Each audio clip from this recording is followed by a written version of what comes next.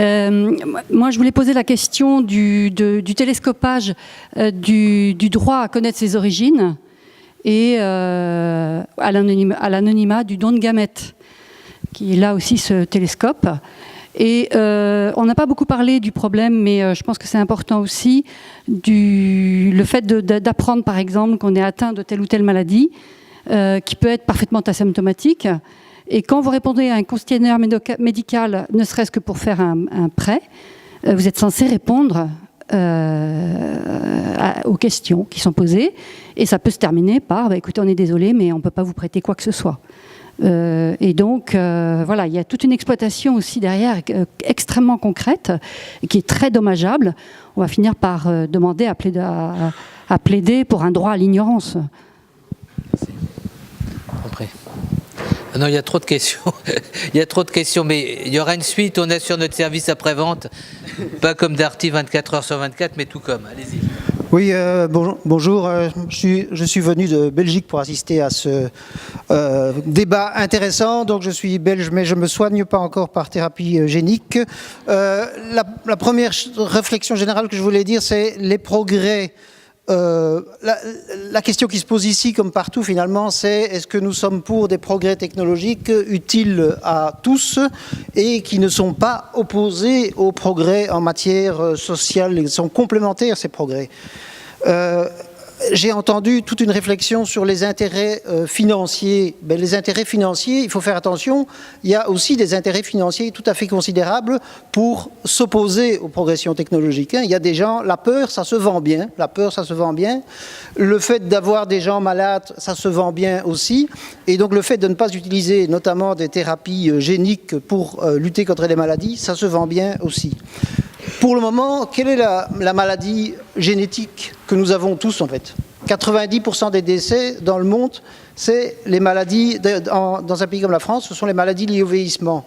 Et on sait que la composante génétique dans ce domaine-là, elle est tout à fait fondamentale. C'est pour ça que les femmes vivent plus longtemps que les hommes, c'est pour ça que certaines tortues vivent beaucoup plus longtemps que des êtres humains, etc.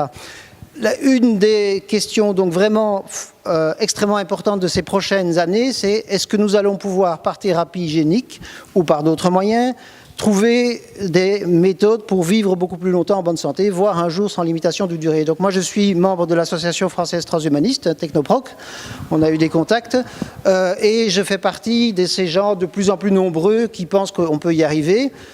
Et je sais qu'il y a aussi des gens qui ont peur. Il y a des gens qui ont peur de vivre finalement, et qui ont peur de vivre aussi, de vivre beaucoup plus longtemps. Mais là, alors, j'ai entendu dans le domaine de la peur, et c'est normal, hein, on a tous peur du progrès dans un certain nombre de domaines, c'est normal, c'est une bonne chose. Mais dans le domaine de la peur... Pardon ? Oui, on peut être contre sans avoir peur, on peut être pour en ayant peur. Moi, je suis plutôt pour en ayant peur, je pense qu'il y a des risques tout à fait considérables. Mais la question, je trouve, la plus importante, enfin, nous pensons, c'est la question du cadre juridique ici, des tests génétiques. Et quand je vous entends, parfois je me dis, mais ce que vous proposez, c'est d'interdire aux citoyens d'être informés. Enfin, c'est la situation juridique en France d'ailleurs, c'est pas la situation juridique en Belgique, mais c'est la situation juridique en France. Ce qui est important, il me semble, ce qui est important, c'est de permettre aux femmes et aux hommes qui le souhaitent d'avoir des informations génétiques, mais qu'il ne soit pas juridiquement possible, je suis aussi juriste, qu'il ne soit pas juridiquement possible de les utiliser à mauvais escient. Donc, ok. Et alors maintenant, la question la plus importante, j'y arrive, c'est... donc il y a eu d'excellentes annonces qui ont été faites notamment par le président de la République française pour la mise en commun de bases de données. Il y a eu, vous en avez peut-être parlé le premier quart d'heure parce que je suis arrivé un quart d'heure en retard, mais il y a eu une décision de 13 États européens de mettre en commun les bases de données génétiques. Et il me semble que c'est une très bonne chose, mais je voulais savoir ce que vous proposez, vous, comme mesure pour qu'il y ait des investissements publics pour faire des recherches en matière de thérapie génique, des recherches utiles, pour justement, parce que vous avez beaucoup insisté sur les risques dans le domaine des entreprises privées, comment faire pour que ce soit des entreprises publiques, enfin des pouvoirs publics qui investissent dans la recherche pour une vie en bonne santé beaucoup plus longue, notamment. Merci. Merci d'être venu de Belgique. La prochaine fois, vous venez avec des chocolats pour toute la salle. Hein, comme ça, on aura en plus de plaisir de vous accueillir. Ça sera l'avant-dernière question. Il y a une dernière question. Il n'y en aura pas d'autres. On a tenu, vous avez remarqué depuis le début de tous nos engagements, il y aura une autre réunion où on pourra aller au fond de cette question. Juste, je ne voulais pas laisser un malentendu. Les Français, comme les Belges, ont le droit d'accéder à des connaissances en matière de génétique, mais dans un cadre médical, c'est-à-dire encadré. Donc, vous n'avez pas l'impression qu'il y a... Non, mais je veux dire en France, dans tous les... D'accord. On n'a pas le droit, effectivement, dans la loi, mais ça n'empêche pas les gens de le faire. D'accord. C'est un autre débat que de l'encadrement ensuite, comment l'information revient à la personne par Internet. Ce sera la dernière intervention. C'est pas qu'on veuille véritablement, mais on a des contraintes, j'allais dire, techniques à la mairie du 4e arrondissement. Allez-y. Bonjour, je vous remercie pour vos interventions. Et moi, je voudrais rebondir un petit peu sur la question politique qui a été abordée. Finalement, la vraie question, c'est comment aborder c'est comment sensibiliser au fait qu'on peut parfois vivre avec et là où je rebondis aussi sur la question de monsieur, est-ce que le véritable progrès ne serait pas justement de diffuser un message qui montre à quel point l'annonce d'une maladie n'est pas une fatalité. En plus, elle n'est pas forcément bien faite en ce moment, cette annonce. Voilà, comment diffuser cette culture, ce n'est pas une fatalité. On peut vivre avec, si oui, comment? Où est-ce qu'on peut se renseigner? Quels sont les témoignages? Je vois, par exemple, il y a 2 youtubeurs en ce moment qui ont un énorme succès auprès des jeunes, c'est Amixem et Squeezie. Et eux, ils ont fait des vidéos tous les deux où ils ont fait une technique aussi pour avoir accès à leur origine, enfin une partie d'origine génétique, etc. Bon, ces gens, ils sont vus par des millions de personnes qui se disent c'est génial, je peux avoir accès à mes origines. Ça crée une culture, ça influence des gens. Comment est-ce qu'on fait pareil pour dire oui, ok, mais on peut aussi vivre avec. On n'est pas forcément déterminé, on n'est pas forcément dégénératif. Moi, je m'interroge vraiment sur l'influence qu'on doit avoir. On en parle entre nous, c'est bien, mais comment est-ce qu'on influence les millions de personnes qui ont une vision très individualiste de leurs droits et on a envie de leur dire, le bonheur, c'est peut-être aussi autre chose, quoi. Voilà. C'est pas une question, c'est une vraie démonstration. On vous fera revenir. Hein. La prochaine fois, vous laissez les coordonnées, mais on vous connaît de toutes les façons, de façon à ce que vous développiez. Alors, il nous reste quelques instants vraiment. Pour une conclusion, vous avez chacun, imaginez que vous êtes à la radio, que l'antenne va être coupée dans quelques instants, vous avez chacun 30 à 40 secondes pour conclure. La tâche est difficile, mais je vais rebondir sur la dernière intervention, puisque nous développons ce que nous appelons à Ding Dang Dong maintenant la vivrologie. Donc, alors comment on diffuse? On fait ce qu'on peut. Alors effectivement, on essaye d'aller sur les différents canaux, d'être présent dans les différents types de débats, dans les facultés de médecine, mais aussi dans les centres d'art, enfin un petit peu partout, mais aussi sur le web. On diffuse des vidéos qu'on fabrique depuis un avenir proche qu'on aimerait voir advenir. Donc on diffuse des espèces de vidéos qu'on appelle de narration spéculative. Donc voilà, il faut effectivement faire vivre tout ça, j'en suis bien d'accord. Alors évidemment, ça ne va pas suffire ce qu'on fait avec Ding Dang Dong, hein. Faut beaucoup plus que ça, mais en tout cas, nous, on veut participer de cette, je ne sais pas comment on appelle ça, cette alimentation de la pensée et faire pousser de la pensée, comme dirait Alice Rivière, à partir de toutes ces questions. Et effectivement, on peut vivre avec et il faut apprendre à vivre avec. Et en fait, les gens le font déjà. C'est simplement que c'est un savoir qui n'est pas visible. Le constat d'Olivier Couteur, c'est de dire rendez-vous le 25 mai. Ça en fait partie, en tout cas, oui. Oui, deux petits points. Mais en fait, je crois avoir déjà dit tout ce que j'avais à dire sur ces questions. C'est-à-dire que plus les données génétiques sont diffusées dans la société, plus les acteurs économiques ont tendance, naturellement, à s'y référer, à les demander. Les assureurs aujourd'hui, en France en tout cas, sont bien d'accord de ne pas s'engager dans cette voie-là, mais dans des pays européens tout à côté, ce n'est pas le cas.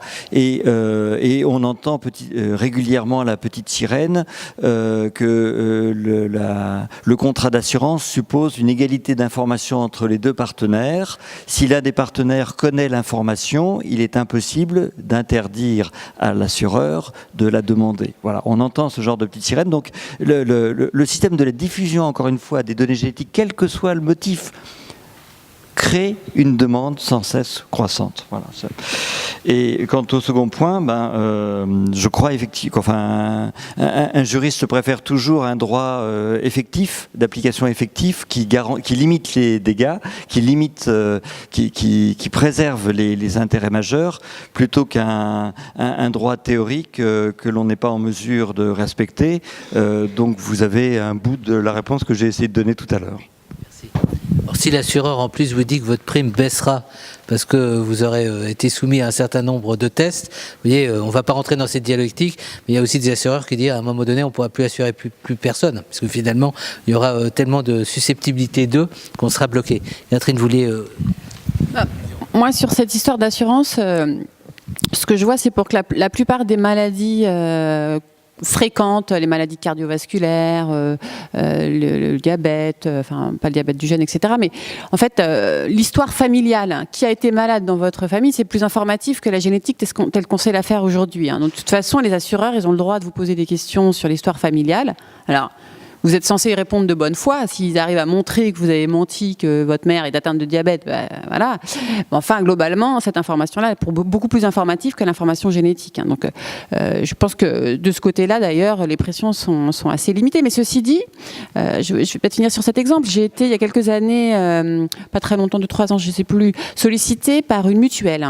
Qui met en avant son aspect mutuel, militant, etc. et qui avait fait faire auprès de ses adhérents un sondage pour savoir ce que pensaient les adhérents du fait de faire varier la prime d'assurance, pas de faire varier, pardon, de moins rembourser des gens qui, ayant fait un test génétique montrant qu'ils avaient un risque de cancer du poumon, continuaient de fumer. Est-ce que vous pensez, adhérents, que c'est bien de moins rembourser ces gens-là, puisqu'ils savaient, etc. Et donc moi, j'intervenais dans une séance où on devait commenter un petit peu ça, mais j'étais dans une colère noire. Je leur dis, mais enfin vous, assurances mutualistes qui se sont fondées sur la logique de la solidarité, du partage des risques, c'est pas nouveau. On n'a pas attendu la génétique pour savoir qu'il y avait les différentiels de risque face aux maladies. Vous regardez le revenu moyen des personnes et puis vous avez un assez bon prédicteur de qui va être le plus malade, qui va vivre le plus longtemps et qui va vivre le moins longtemps. Vous n'avez pas besoin de la génétique pour dire que vous aviez déjà des différentiels de risque. Mais à un moment donné, il y a eu des actes politiques qui ont été posés de dire on fait prévaloir la solidarité. Donc là, tout d'un coup, cette mutuelle, au nom de la génétique, mais c'est ce que vous disiez, la génétique qui est partout, qui incarne une forme de modernité, etc., on se met à balayer ces éléments-là comme si c'était le progrès, forcément le bien commun, etc. Et donc, moi vraiment, je sais pas quoi faire. J'ai pas de réponse miracle. À ma modeste mesure, j'essaye de participer au débat public et de porter ces éléments-là. Mais je pense que vraiment cette question de qu'est-ce que c'est que le progrès ? Est-ce que ces technologies-là sont systématiquement, automatiquement synonymes de progrès ? La réponse est non. La réponse est non. Et ceux qui disent le contraire, non mais ça ne veut pas dire que ce ne sont pas des technologies qui ne peuvent pas avoir des utilités, qui ne peuvent pas avoir des intérêts. Et c'est important, je veux dire, de pouvoir clarifier les choses. Mais il faut vraiment, à mon sens, et si on veut vivre en bonne santé, je pense, enfin en tout cas, avec tout ce qu'on a investi dans la génétique pour les maladies multifactorielles depuis une trentaine d'années, si on veut vivre en meilleure santé dans les années qui viennent, je ne pense pas que ce soit là où il faut mettre tout son argent. C'est pas vrai. Si on met trop d'argent là-dedans, on ne le mettra pas ailleurs. Et c'est sûr, voilà. Mais c'est compliqué. J'entends bien les préoccupations du juriste et donc je n'ai pas la solution miracle, mais je pense qu'il faut en parler.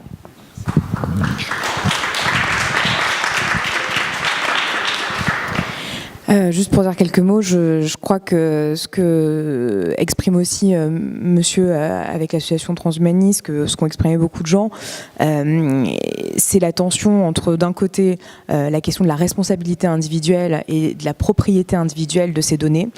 C'est mon génome, c'est mes données.